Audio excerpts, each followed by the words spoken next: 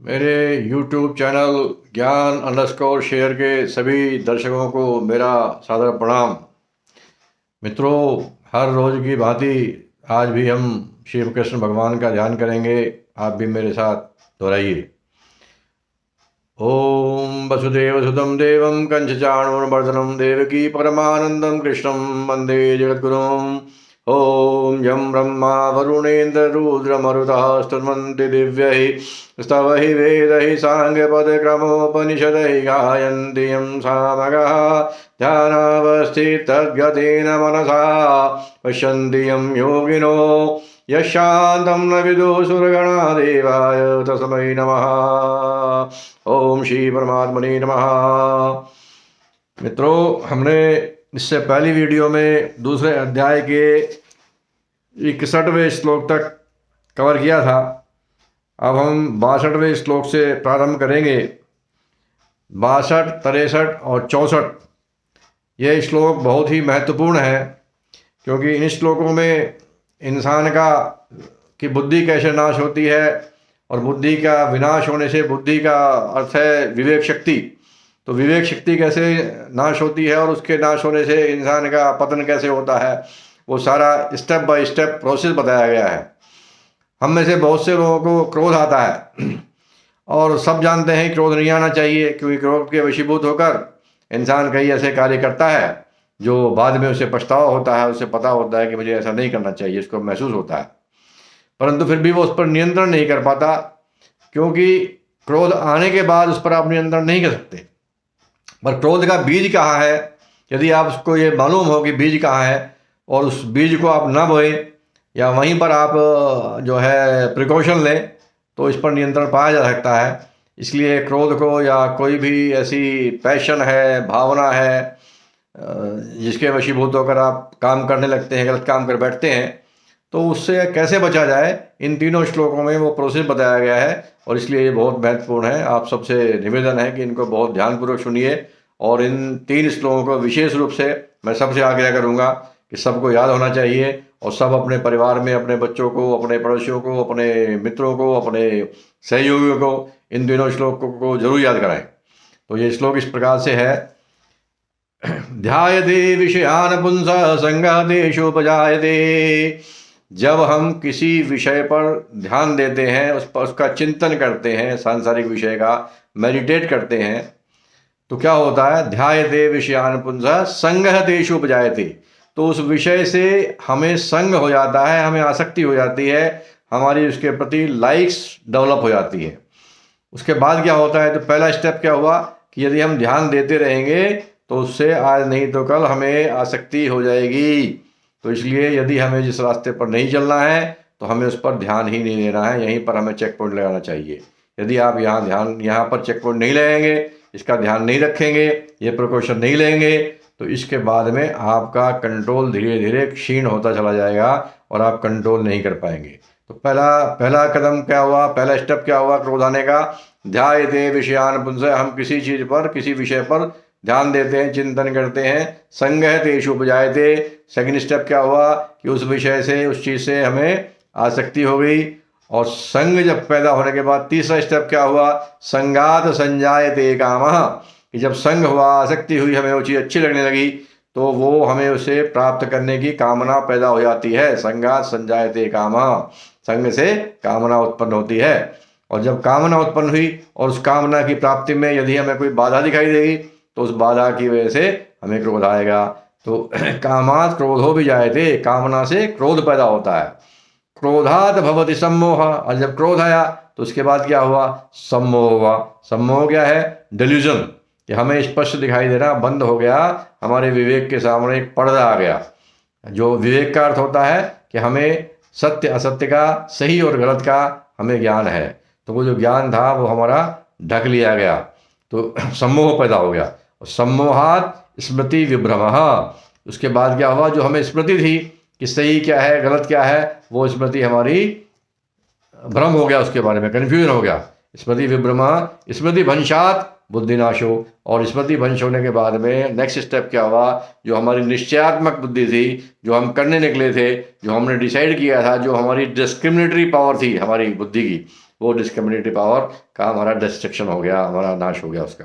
और उसके बाद में हमने जो भी कदम उठाया, जो भी कार्य किया, तो स्मृति वंशात बुद्धिनाशो बुद्धिनाशात प्रणश्यति, और बुद्धि के नाश होने से हमारा विनाश हो जाता है। क्योंकि जब हमारी विवेक, जो हमारी शक्ति थी, जो कि हमें मनुष्य होने के नाते जो हमें दूसरे प्राणियों से डिफ्रेंशिएट करती है, वो ही समाप्त हो गई। और उसके समाप्त होने से जो हमारी बुद्धि थी, निश्चयात्मक बुद्धि थी, जो हमने डिसाइड किया था कि हम ऐसा करेंगे, ऐसा नहीं करेंगे, हमने डिसाइड किया था हम क्रोध नहीं करेंगे, लेकिन वही क्रोध हम पैशन के आवेश में आकर, कामना के आवेश में आकर वशीभूत होकर, अपनी भावनाओं के वशीभूत होकर उसी को हम भूल बैठे और हमने फिर वही काम कर दिया, और उसके बाद में हम उसके काम के लिए फिर पछताते हैं। तो इसलिए मित्रों, हमें अपने पैशन पर, अपनी भावनाओं के वशीभूत होकर यदि हमें नहीं काम करना है, तो हमें पहले कदम पर ही चेक पॉइंट लगा देना चाहिए कि जिस रास्ते पे हमें चलना नहीं है, उस रास्ते पर हमें देखना भी नहीं है, उस रास्ते का हमें सुनना भी नहीं है, उस रास्ते पर हमें चिंतन भी नहीं करना है। ये यदि हम ऐसा करेंगे तो हमें काफ़ी कुछ हद तक अपने व्यवहार पर कंट्रोल करने में मदद मिलेगी। उसके बाद फिर, अब ये तो हो गया कि कैसे हमारा डिस्ट्रक्शन होता है स्टेप बाय स्टेप। अब उसके बाद डिस्ट्रक्शन ना हो तो हम क्या करें, किस प्रकार से करें। तो एक तो पहले तो बता दिया कि सावधानी बरतनी चाहिए कि हम पहले स्टेप पर ही हम ऐसी चीज़ों का चिंतन ना करें, उस रास्ते पर हम जाए नहीं, हम उसको देखें ही नहीं, हम उसके बारे में सुने ही नहीं। और उसके बाद दूसरा हमें क्या करना चाहिए, राग द्वेष, फिर हम आचरण कैसे करें। तो आचरण कैसे करें ये बताया हमें दूसरे अध्याय के 64वें श्लोक में। राग द्वेष वियुक्त हेतु विषयान इंद्रिय शरण, राग द्वेष वियुक्त हेतु विषयान इंद्रिय शरण।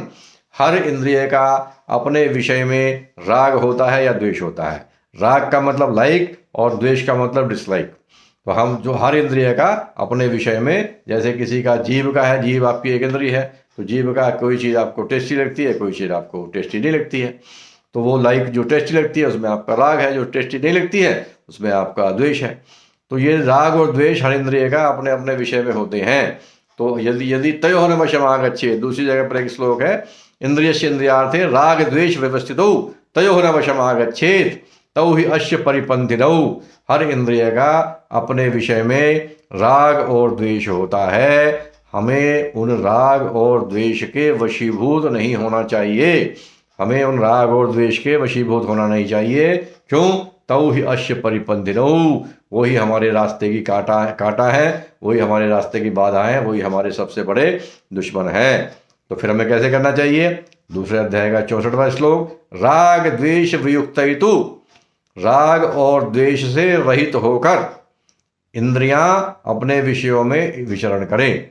हम खाएं, लेकिन हम ये ध्यान करते हुए ना खाएं, ये चिंतन ना करते हुए खाएं कि ये हमारे लिए हमें टेस्टी है लग रहा है या टेस्टी नहीं लग रहा है। हम ये सोच कर खाएं कि ये हमारे अपने विवेक का इस्तेमाल करते हुए हम ये डिसाइड करके खाएं कि ये हमारे शरीर के लिए उपयोगी है, लाभकारी है या लाभकारी नहीं है। इसको प्रैक्टिस हम लगातार करें कि हम टेस्ट के ऊपर ना जाए, हम जो जीव के राग और द्वेष के चक्कर में ना पड़े। हम केवल ये देखें कि खाना खा रहे हैं तो इसलिए खा रहे हैं कि हमारा शरीर स्वस्थ रहे, तो वो स्वस्थ है या नहीं है। विवेक के वशीभूत होकर हम काम करें, राग और द्वेष के वशीभूत होकर हम काम ना करें। राग द्वेष वियुक्त हेतु विषयान इंद्रिय शरण, और ये हर इंद्रिय के बारे में यही चीज़ है कि हम वो चीज़ों को ना देखें जिसमें हमें राग हो या द्वेष हो। हम किसी चीज़ को देखें तो राग और द्वेष से पूर्ण होकर ना देखें, हम उसको तटस्थ भाव से उदासीन होकर देखें। आँख का काम है देखना, आँख का काम देखना है, और यदि वो राग और द्वेष के वशीभूत होकर देखती है तो वो आपकी बुद्धि को हर लेती है, और आपकी बुद्धि को वो सही स्पष्ट दिखाई नहीं देने देती। आप जो है उससे बायस हो जाते हैं। अगर राग है तो आपको जितनी अच्छी नहीं लगेगी उससे ज़्यादा अच्छी लगेगी, और यदि द्वेष है तो आपको जितनी वो खराब नहीं चीज़ है उससे ज़्यादा खराब लगेगी। इसी प्रकार से टेस्ट का है, इसी प्रकार से आपकी पांचों ज्ञानेंद्रियों के बारे में यही बात है, और मन के बारे में भी यही बात है। इसलिए राग द्वेष वियुक्त हेतु विषयान इंद्रिय शरण, क्योंकि मनुष्य जो है एक क्षण के लिए भी कर्म किए बिना तो रह नहीं सकता। तो फिर कर्म कैसे करें, कर्म करें राग और द्वेष को छोड़कर। ये बहुत बहुत महत्वपूर्ण श्लोक है, ज्ञान योग में भी, कर्म योग में भी, भक्ति योग में भी। क्योंकि राग और द्वेष के छोड़े बिना आप यदि कर्म करेंगे तो आपके ऊपर राग और द्वेष हावी हो जाएंगे, और राग द्वेष आएंगे तो राग द्वेष के बाद में कामना आएगी, और कामना कहाँ पर रहती है, कैसे आपको कंफ्यूज करती है, कैसे आपके ऊपर ओवर पावर आपको कर देती है। तो इंद्रियाणि मनोबुद्धि यस्याधिष्ठानम् उच्यते, इंद्रिय मन और बुद्धि इसके अधिष्ठान है। आपकी जो कामना है वो आपकी इंद्रिय, आपकी मन और आपकी बुद्धि, इन तीनों को टेंड कर देती है। इनकी जो कैपेसिटी है उसको खत्म कर देती है या कम कर देती है, संक्रमित कर देती है इनको। इंद्रियाणि मनोबुद्धि यस्याधिष्ठानम् उच्यते एतहि विमोहयत एषा, ये इन तीनों को विमोहित कर देती है, डिल्यूट कर देती है, इनको पूरी क्षमता के साथ काम नहीं करने देती, भ्रमित कर देती है। एतहि विमोहयत एषा ज्ञान विज्ञान नाशनम, और आपके ज्ञान का, जो आपको पता था कि सही क्या है गलत क्या है, और जो आपको विज्ञान था, विज्ञान का मतलब होता है अनुभूत ज्ञान, जो आपने अनुभव भी करके देखा था, आपको सही पता था कि मुझे ऐसा करना है, ऐसा नहीं करना है, लेकिन कामना के वशीभूत होकर आप फिर भी वैसा वैसा उसके विपरीत आप कर बैठते हैं जो कि आपका ज्ञान था, विज्ञान था। तो आपके ज्ञान और विज्ञान दोनों का विनाश आपको कामना आपकी जो कामना है वो कर देती है। पर कामना का फर्स्ट स्टेप क्या है? राग और द्वेष। तो इसलिए राग द्वेष वियुक्त हेतु विषयान इंद्रिय शरण, तो विषयों का सेवन तो आपको करना पड़ेगा, क्योंकि आप सांसारिक जीव हैं। तो संसार में कोई भी जीव जो है एक क्षण के लिए बिना कार्य किए नहीं रह सकता, तो विषयों के बिना आप रह नहीं सकते।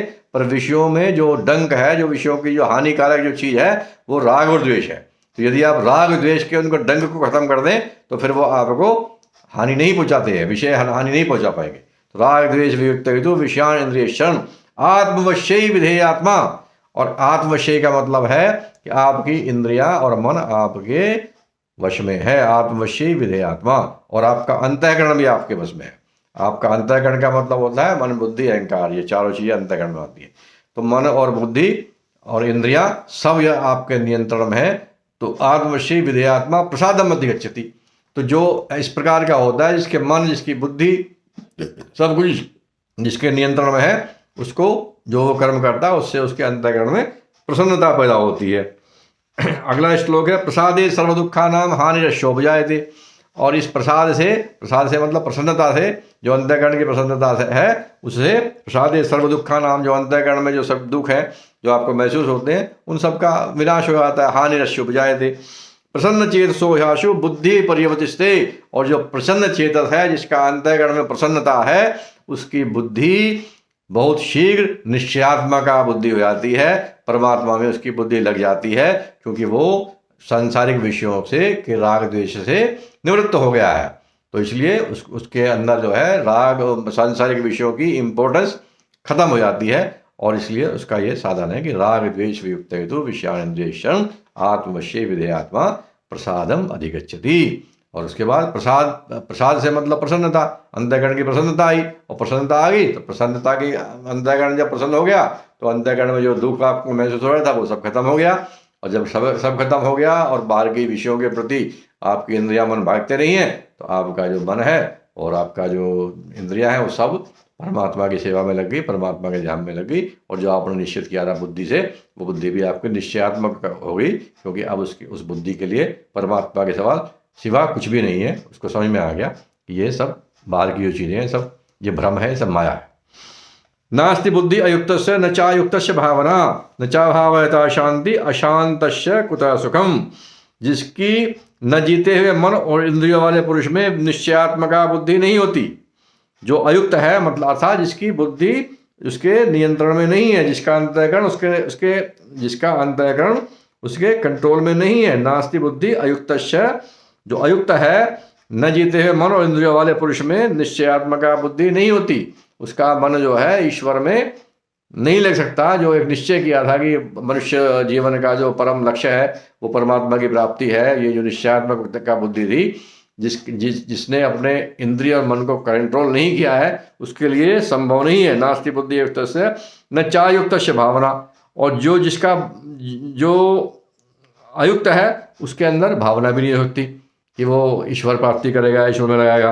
भावनाहीन मनुष्य को कभी न चा भावयता शांति, उसको कभी शांति, आत्मिक शांति इसको कभी मिल नहीं सकती, क्योंकि वो भिन्न भिन्न प्रकारों के विषयों की प्राप्ति के लिए भटकता रहेगा। तो इसलिए अंतःकरण की उसकी शांति भी नहीं मिल सकती। अशांतस्य कुतः सुखम, और जिसका अंतःकरण शांत नहीं है, अंदर उसके अंतःकरण में प्रसन्नता नहीं है, आत्मिक शांति नहीं है, उसको काहे का सुख, उसको कोई सुख भी नहीं मिल सकता है। इंद्रियाणाम हिचरताम यन मनो अनुबधीयते तदस्य हर्ति प्रज्ञाम वायुर्नावम इव अंबसी। अब जिसका अंतःकरण कंट्रोल में नहीं है, जिसकी इंद्रियां कंट्रोल में नहीं है, जो अयुक्त है, इंद्रियाणाम ही चरताम यन मनो अनुविधीयते, तो उसकी जो इंद्रियां विषयों में विचरण कर रही हैं, उस विचरण करती हुई जिस इंद्रिय के पीछे भी मन लग जाता है, जो इंद्रिय विषय में विचरण कर रही है और उसके पीछे जिसके पीछे भी मन चिपक गया, इंद्रियाणाम ही चरताम यन मनो अनुविधीयते तदस्य हरति प्रज्ञाम, वो एक ही इंद्रिय उसकी बुद्धि को हर लेती है। तदस्य हरति प्रज्ञाम, कैसे हर लेती है? वायुर्नावम इव अंबसी, जैसे नाव जो है समुद्र में चल रही हो और तेज वायु आ जाए तो वो उसको, उस नाव को उसके लक्ष्य से भटकाकर कहीं और बाहर करके ले जाती है। इसी प्रकार एक ही इंद्रिय जिसके पीछे मन लग गया, जिसके विषय के पीछे मन ने चिंतन करना शुरू कर दिया, वो एक ही इंद्रिय आपके मन को बाहर कर ले जाएगी और आपकी जो बुद्धि, जो आपने निश्चय किया था, वो आपका निश्चय धरा का धरा रह जाएगा। इसलिए जगह जगह जहाँ पे इंद्रियों कंट्रोल करने की बात आई है तो क्या कहा है भगवान ने? तानि सर्वाणि संयम्य, सर्वाणि कहा है, तानि सर्वाणि संयम्य युक्त आसीत मत्परः, कि सब इंद्रियों को संयमित करना पड़ेगा। अगर आपने एक भी गेट खुला छोड़ दिया तो चोर उसी गेट से घुस जाएगा। आपके पास ये विकल्प नहीं है कि एक इंद्रियों को तो मैं अनकंट्रोल छोड़ दूं, थोड़े से जीवन के मजे ले लेता हूं, तो थोड़े से मजे आप नहीं ले पाओगे, या तो आपको पूरे छोड़ने पड़ेंगे और या तो फिर आपको पूरे लोगे तो फिर आपका वैसे ही विनाश हो जाएगा, आपका पतन होता चला जाएगा। तो आपको पूरे सब जो द्वार है वो सब के द्वार, आपके इंद्रियों के द्वार आपको बंद करने पड़ेंगे, सब पर चौकीदार बैठाना पड़ेगा, विवेक का चौकीदार, सबको आपको कंट्रोल रखना पड़ेगा, तभी आप सफल हो सकते हैं। तस्माद् यस्य महाबाहो निगृहीतानि सर्वशः, इसलिए हे महाबाहो, हे अर्जुन, जिसकी सारी इंद्रियां सर्वशः सब प्रकार से, सर्वशः सब प्रकार से, तस्माद् यस्य महाबाहो निगृहीतानि सर्वशः इंद्रियाणि इंद्रियार्थेभ्य तस्य प्रज्ञा प्रतिष्ठा, जिसकी सभी इंद्रियां सब प्रकार से सभी विषयों से निवृत्त हैं, कंट्रोल हैं, निगृहीत है, निगृहीतानि सर्वशः तस्य प्रज्ञा प्रतिष्ठा, उसी की जो बुद्धि है वो ही, उसी की बुद्धि केवल ईश्वर में लग सकती है, उसी की केवल निश्चयात्मक बुद्धि हो सकती है, अन्यथा यह संभव नहीं है। मेरे ख्याल आज के लिए इतना ही। अगले शेष जो है अगले सेशन में। भज गोविंदम भज गोविंदम। जय श्री राम।